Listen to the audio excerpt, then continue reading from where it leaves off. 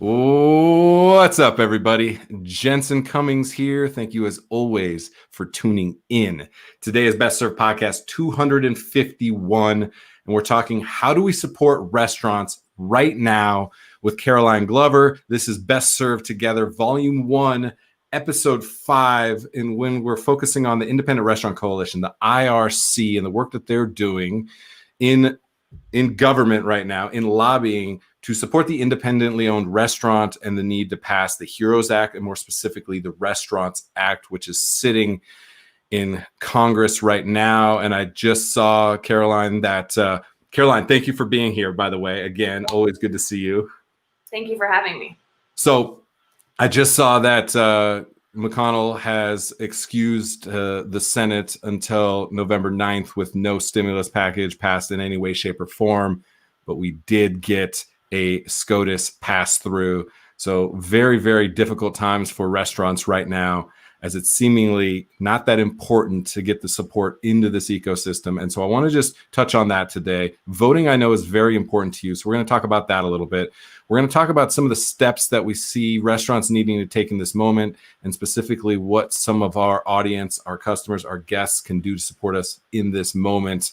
And so I want to start just give people a little bit of groundwork for you. The Independent Restaurant Coalition started in March. Why did you jump onto the kind of the leadership team and have spent 2, 3, sometimes 4 days a week in meetings talking about not cooking, talking about bills, talking about stimulus, talking to congresspersons?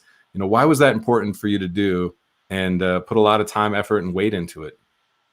Yeah, I think when the pandemic hit and we got an email to join the IRC, I felt like, we were in this state of, it was brand new, nobody knew any answers, and just felt completely helpless. And so the thought of joining a coalition that had spent time to get lobbyists and people who could explain what was going on, and it gave me some hope. I felt like I had a little more control. Definitely learning the system in a whole different way. And small independent restaurants have never really we've never had a coalition. Yep. We've never had anybody to represent us on the Hill. And so, we should have had this a long time ago, but these circumstances led to it. And I'm so grateful that there is a coalition now to support restaurants like us. But I think the main thing was just feeling like I was doing something that was really important. And I will say, definitely in the past couple of months, I have not been as good at attending the meetings, just as we've been working on doing outdoor dining, and it's taken up all my free time. But I definitely think that the coalition has gotten so much done. It's incredible that the Restaurants Act has made it as far as it has, and it's gotten the signatures that it's gotten. But I will say McConnell choosing a new SCOTUS and bypassing something so important and so vital to our economy feels like a knife in the stomach yesterday. Yeah. All right. So we're going to talk about some of the steps that it's going to take to support restaurants, but I want to start with a number that you all threw out there for the Independent Restaurant Coalition from the website. 71% of independent restaurants owner reported having debt in excess of $50,000. That number is staggering, and that number seems low to me. From an operator standpoint, give everyone an idea how much it's costing you just to stay open in this moment right now. Is this a realistic number? How are you reflecting on kind of where you're at? Are you even breaking even? Give us a little bit of idea for you personally, for Annette. Yeah, I think part of the debt is that, the PPP was a very flawed loan. That was not stimulus or a bailout. That was a loan. Yeah, exactly. And if you're a restaurant that already has loans, or we were lucky and we didn't owe any money, and now we do. So, we just started getting those letters actually yesterday saying you're accruing interest, and it's just like, holy shit. There you go. Yeah. So, I think there's that part of it. The stimulus package was not as helpful as it should have been, and it put a lot of us in debt. But then on top of that, we're doing 50% less in sales than last year. But we are paying more, we're providing masks, we're going through gloves, we're sanitizing. I mean, all the things that are added on top of that we've never spent money on, in addition to having less coming in the door is, it's pretty incredible. It's we're already 10%. If you make 10% profit, that you're doing well. You're crushing it if you make 10%. Yeah, you're doing really, really well.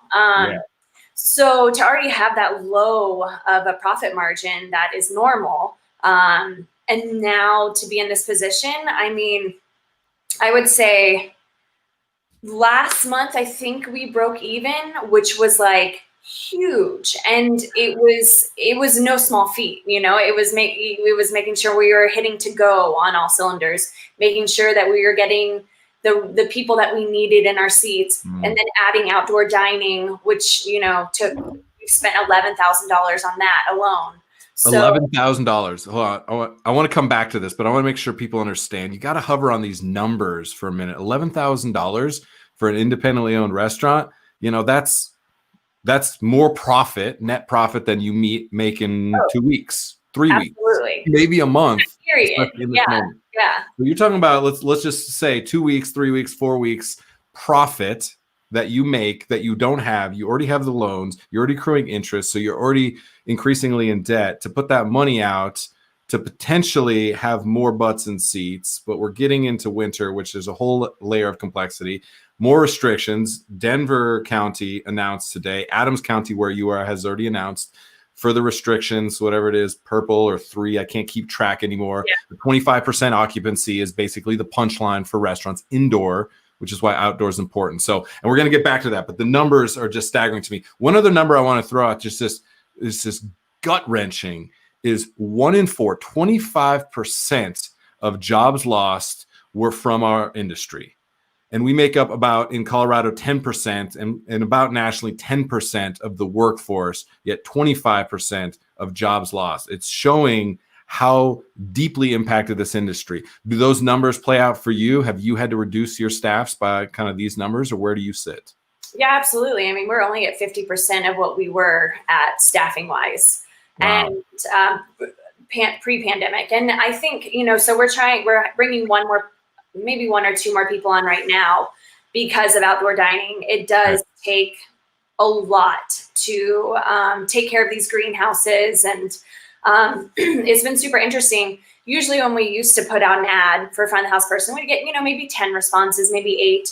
I would say we're getting like 20 a day applying for this position, which, that just goes to show where everybody's at right now. There's not jobs available. And I think also the bigger picture is how many people we employ as a restaurant.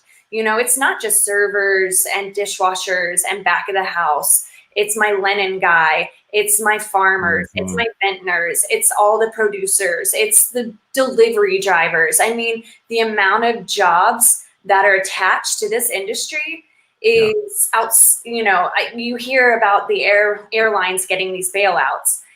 They don't even touch the surface of the amount of type of people we provide jobs for. Yeah, 5 million workers to be exact, on top of the 11 to 13, 14, depending on how you contextualize the number of employees that directly work for the restaurant hospitality industry. If you combine the auto, banking, airline, cruise lines, all of the industries that have gotten bailouts over the last decade, you put them together, they pale in comparison to the number of jobs and the economic impact created by restaurants. The sad reality is there's 10, 15, 25, 30 companies that are massive in those spaces, and there's 500,000 independently owned restaurants. It's a lot easier to pass over the 1-2 unit operator than the companies that have the massive both power and also lobbying, right? They spend a lot of money to make sure that they are in prime positions, which is what independent restaurants need to recognize. You have to understand the game. And I appreciate that the IRC is playing that game now. Like, we were put your head down, hustle, just worry about the food. And that's not the reality. You can't live in a bubble in restaurants anymore. So I really appreciate you being a 1-unit operator, doing your thing, love of food, yet putting yourself out there. This is what restaurant people watching, you have to pay attention, because you have to be a part of fulfilling whatever obligations you have as a business and as an industry, to make sure that you have a business and an industry coming out of this or anything. Restaurants have always been vulnerable. And you mentioned the number of resumes that you're getting. I think that's very interesting, because not only are you getting people that are unemployed within the industry, people that are unemployed from other industries are looking at restaurants, because you can get in, because we're an inclusive industry in the sense that anybody can get a job.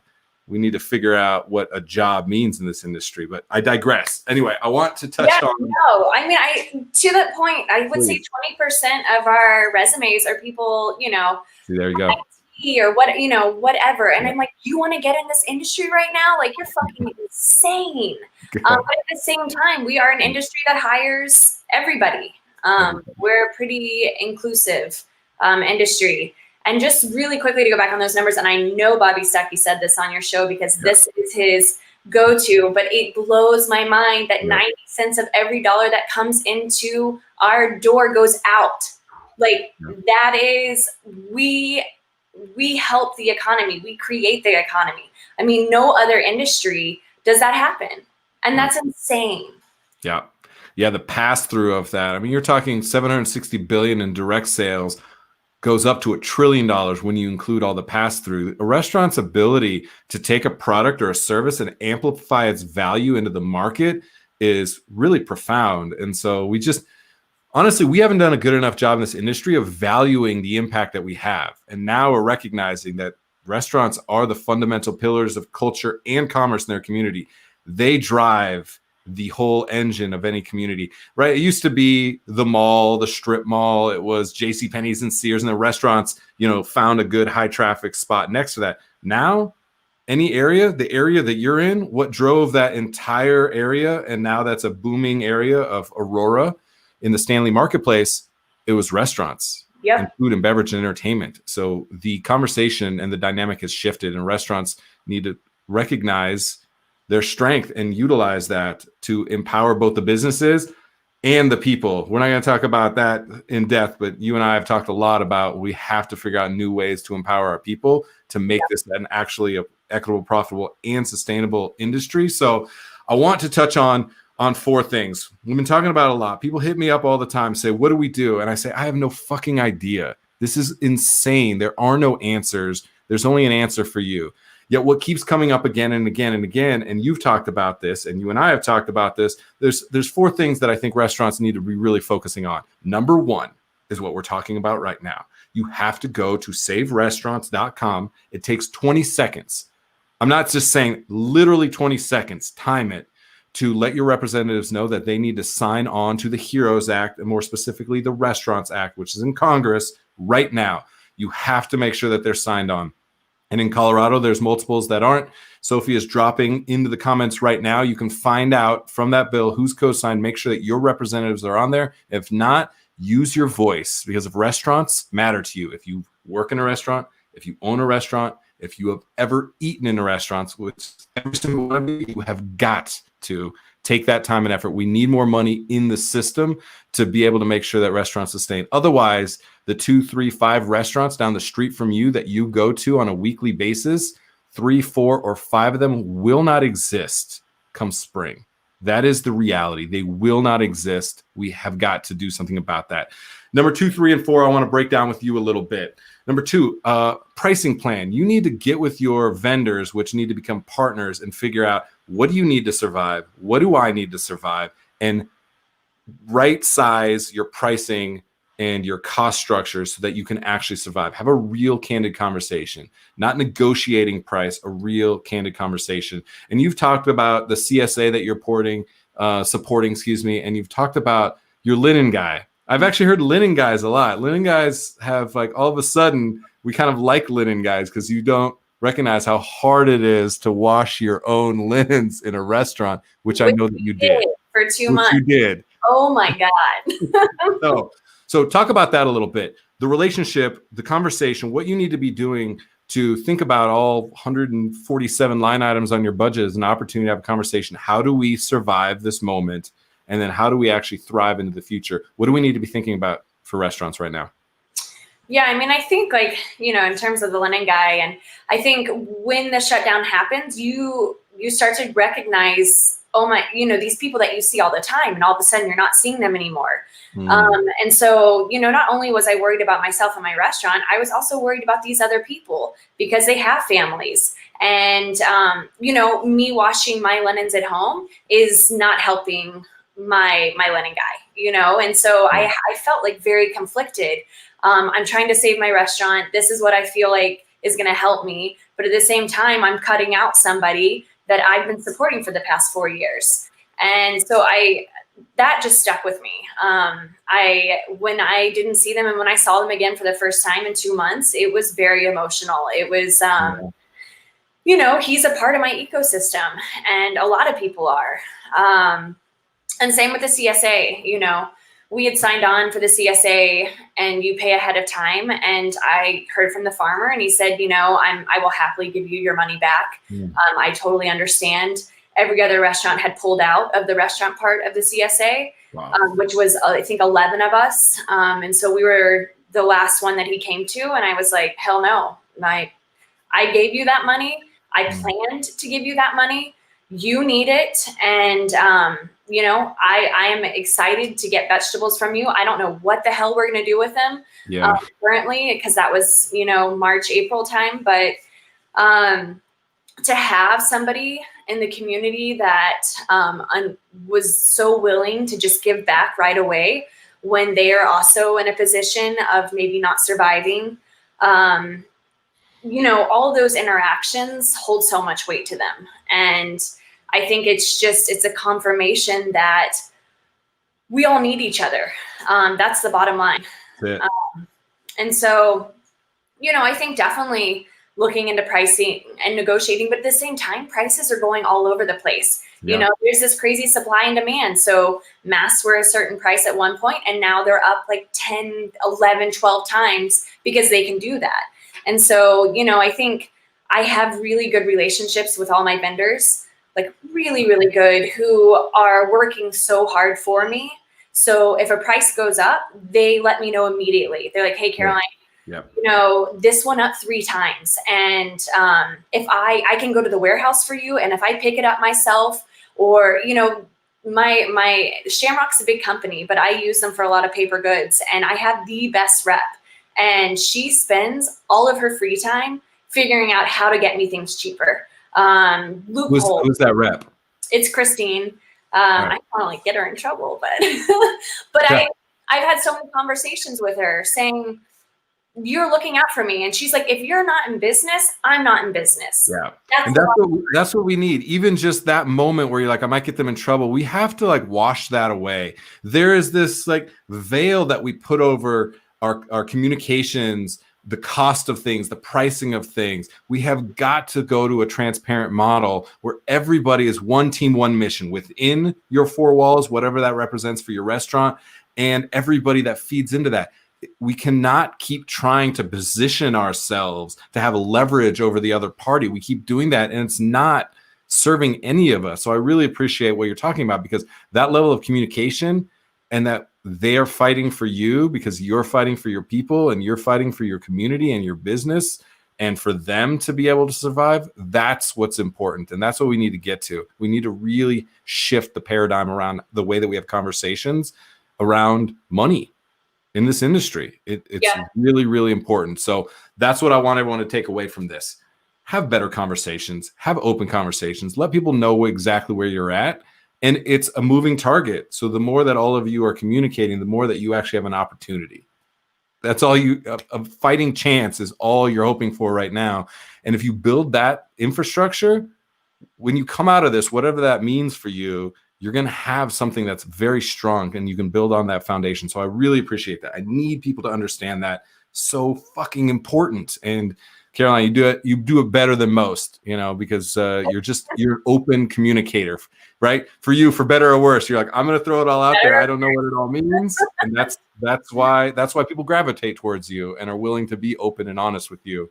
And I appreciate that. We need more of that. All right. Outdoor dining. You have alluded to a couple times. You have got to spend every penny that you possibly can on outdoor dining right now, whatever that means in whatever part of the country you are, because winter is coming. It's here. You hear the announcements left and right. Indoor dining is going to take a hit no matter where you are. Outdoor dining, you mentioned $11,000 you've invested in greenhouses. You have individual greenhouse units.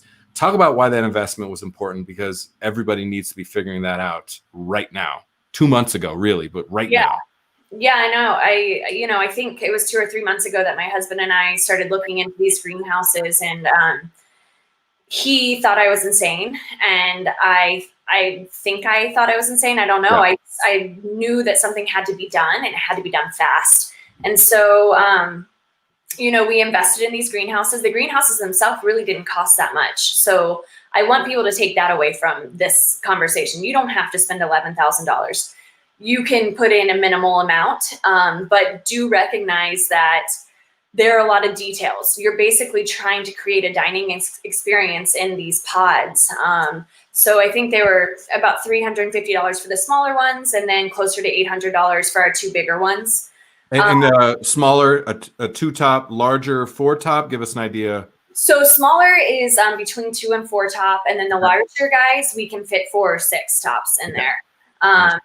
And so when we got all the greenhouses, we then realized building them, we do not have the time to do this. We'll be building them until March. So I put an Instagram call out to regulars and friends, and just took this moment of, I've been working really hard to build this community. I need this community right now. And 25 people showed up, spent 10 hours on a Sunday. We fed them, gave them booze. Hopefully they didn't get divorced when they were working in couples, because they were the worst. We were able to get 12 greenhouses built in one day. Wow. We couldn't have done it without our regulars, and I think that was a really emotional experience for Nelson and I, because these people took the time out of their day because they wanted to see us survive. They wanted to make sure that we were still there. And even, if they didn't have the money to order takeout or whatever, then they showed up and they're like, this is what I can do. This is how I can support you. And I feel like that's just grown. There's little details in the greenhouses. I have a local potter that reached out to me and said, I want to provide vases for you. And then Gotham Greens reached out and said, I want to provide little plants for you that will change out weekly. Like, this is how I want to contribute to your restaurant. So that, has been incredible, and has really, it's made all of our hard work that we put into building this community really come to fruition. And it's such a shitty time to have to, feel that. But at the same time, we've worked so hard to make people feel like they're in our home and a part of our community. And so to see it reciprocated, it's a lot, and it's incredible. I cannot over stress how important what you just said is.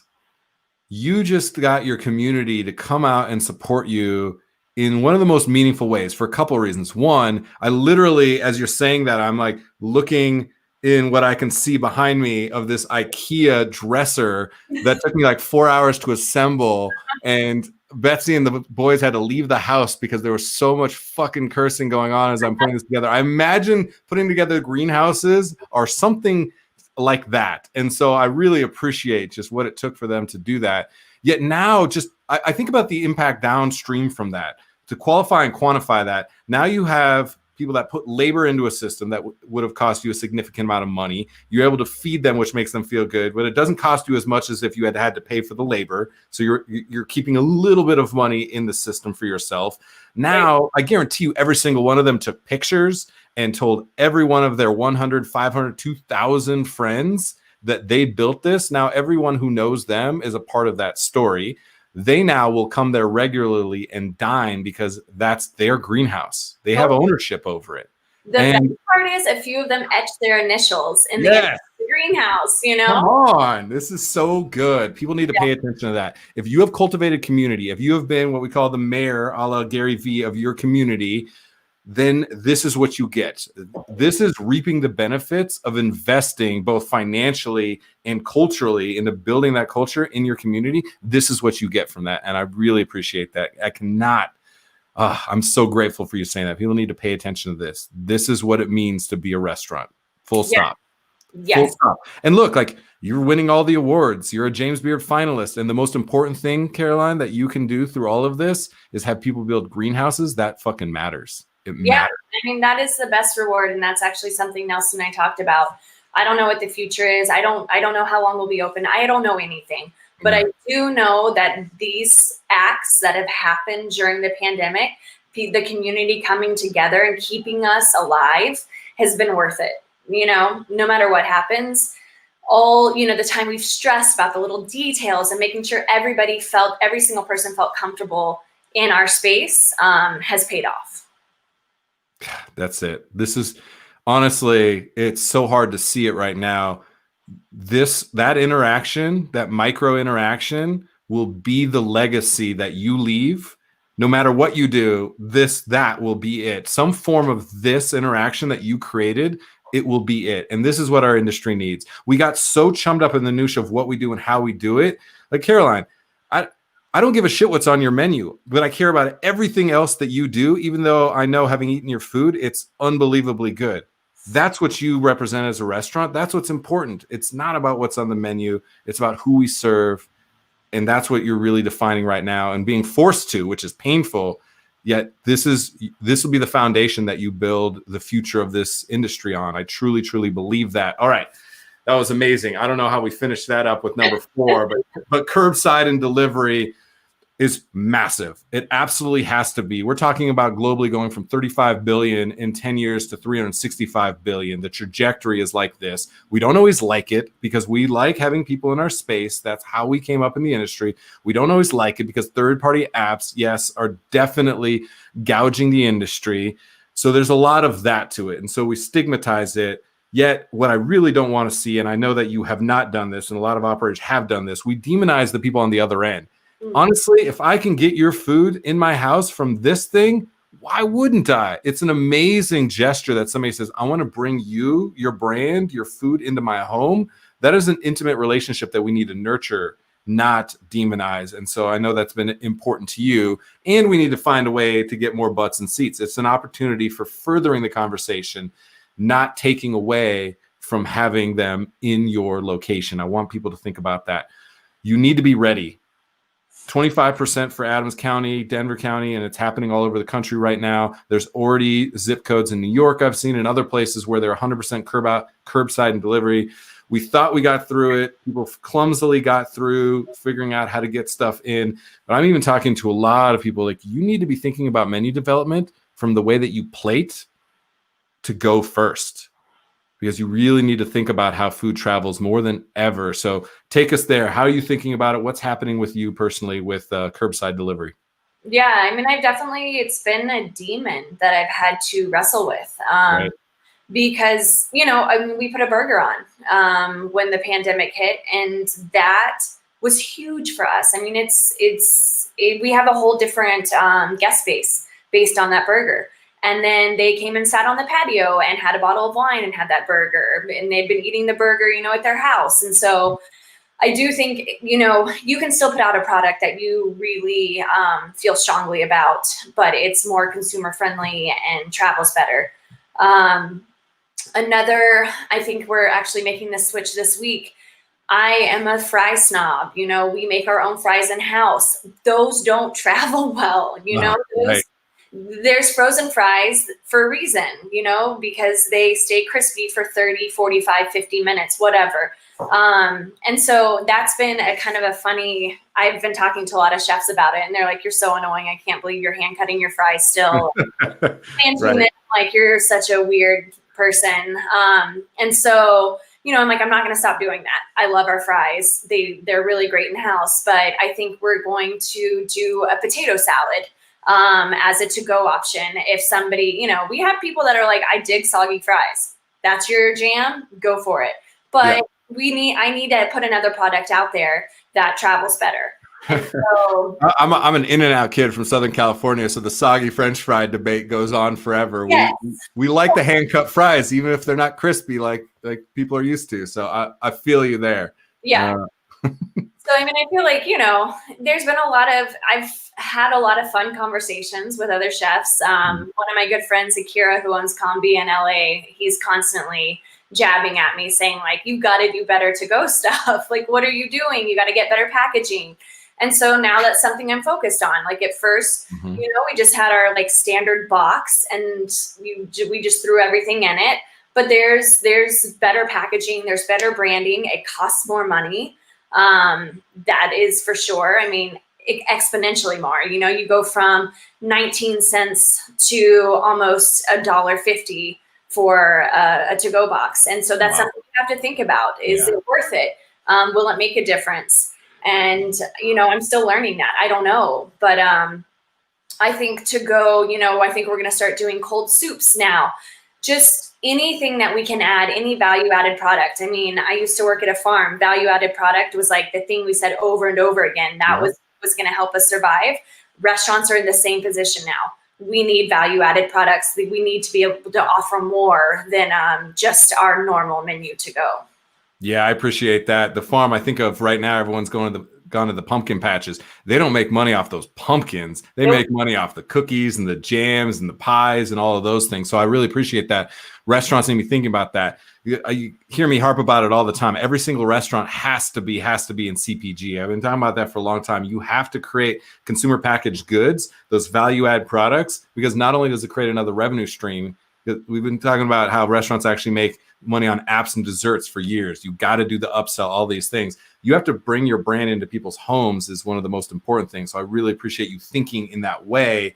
The other thing when I think about curbside and delivery is remarketing, right? The high fees of 30% with third-party delivery, if you're paying that in perpetuity for a customer that you don't actually own, right? They're not your customer, they're DoorDash's customer. That's a huge vulnerability financially. Yet I'll definitely pay that if I can market to them 3 times as a marketing tool, and then they become my customer, right? And figure out a way to have them go direct to us.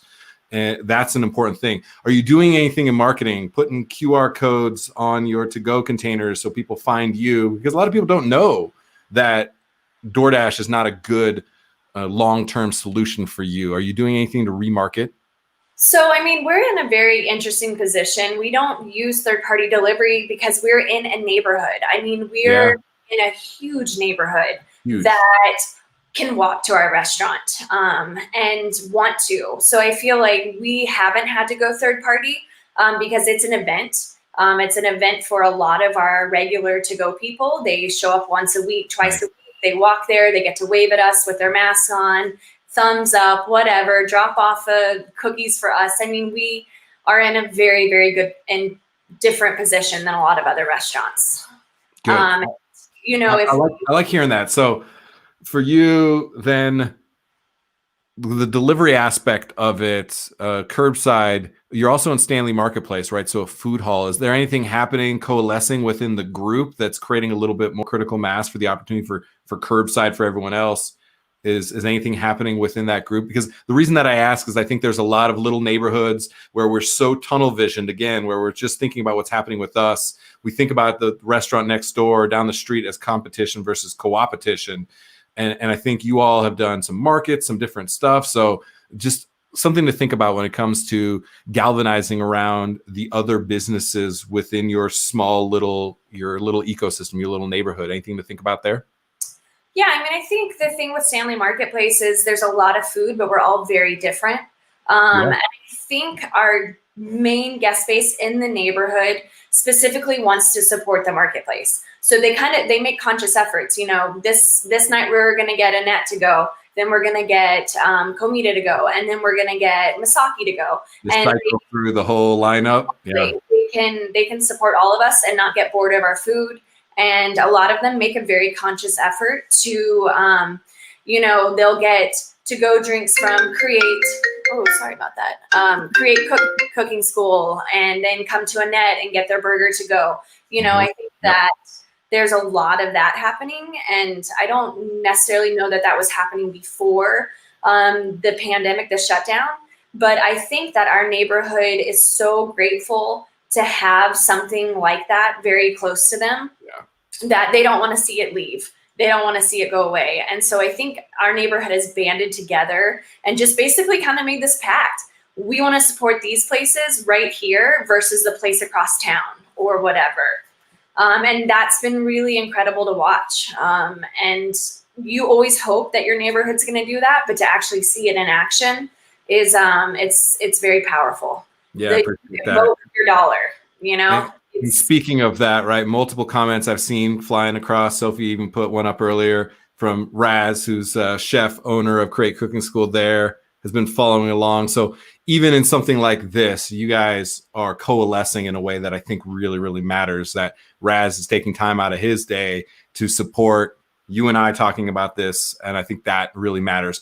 Just one quick minute to kind of wrap this up. We talked about voting a little bit. SaveRestaurants.com. Make sure you go there. Check out the bill, the Restaurants Act, which they're looking at about $120 billion in the system. About half of Congress persons have signed on to that bill, which means there's a lot that still need to. Definitely in the authors, there was a lot of very odd bedfellows with some of the people that were involved in co-signing and adopting those bills in the Senate and Congress. So there is bipartisan support. There needs to be a lot more. And so make sure that you find out if your congressperson is behind that, because they absolutely have to be.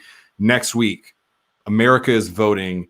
We see in early ballots, record numbers. We need to get out and vote. You've been very active. Give us one quick minute. What do we need to be thinking about? Inspire us to get out and vote, because your vote matters. Yeah, I mean, you know, there's a lot of people who say federal government doesn't matter. If you're in that boat, fine. There's a lot on the ballot locally. Yeah. I mean, the Denver ballot, and I've seen the Adams County ballot. There's a ton. There's a lot that affects us. Whether you're a small business owner or you're an employee, there's a huge proposition for employees on there that could change our whole entire healthcare and childcare system. So I can't, there's not something that doesn't affect everybody on the ballot. You know, there's something for everybody. And if you don't feel strongly about voting for something specifically or some person, then leave it blank. You know, there is something there for everybody. And I think, you know, if you're one of those people who don't even like opening your ballots, I highly encourage you doing it this year, because there were things on there that I had no idea, and as a business owner will affect me. And so, and you know, employees as well. So I don't think this is a time to be complacent. I think that right now there's a huge shift, and we got to keep going with it. There's a blank slate, and I'm ready for a change. I think we've seen what can happen, and I'm ready to move on. I'm ready for a new future, and I think that it's there on the ballot. Could not agree more. Even if you don't like the two-party system, which I don't, and still am voting into that system at this moment, there are so many other measures, statutes, bills that affect you that have nothing to do potentially with you voting Democrat or Republican or any way you choose to vote. So I think that's an important thing to think about in this moment. You do have an opportunity to have an impact without feeding into what you think may be a broken and corrupt system. And you're absolutely right. It is. We still need to be a part of creating whatever future you want. And Caroline, I always love talking to you. This was really great. I appreciate the leadership that you're showing in this moment and that you're showing with the IRC, and just we need it. We really need it desperately. So thank you so much for joining us. Thanks for having me. All right, Caroline, have a great day. Thanks, you too. All right, everybody. Caroline Glover of Annette, absolute leader in this industry, the voice that we really need in this time. So that is it for today. Long episode, but well worth it to wrap this 5-part series of Best Served Together, where we really wanted to go deep in multiple directions, from Andrew Zimmern, Shanita Bryant, Bobby Stuckey, Nina Compton, Caroline Glover's absolute phenoms in our industry that are out there hustling beyond just trying to save their own businesses, to save so many jobs, to support so many other people, so many other industries, and we absolutely have to support. So again, throw those 4 items up there, Sophie. This is what we need to be really focusing on in this time, is focusing on the saverestaurants.com, price planning for restaurants, outdoor dining, as well as curbside and delivery. Thank you so much. Appreciate you as always for tuning in. Cheers.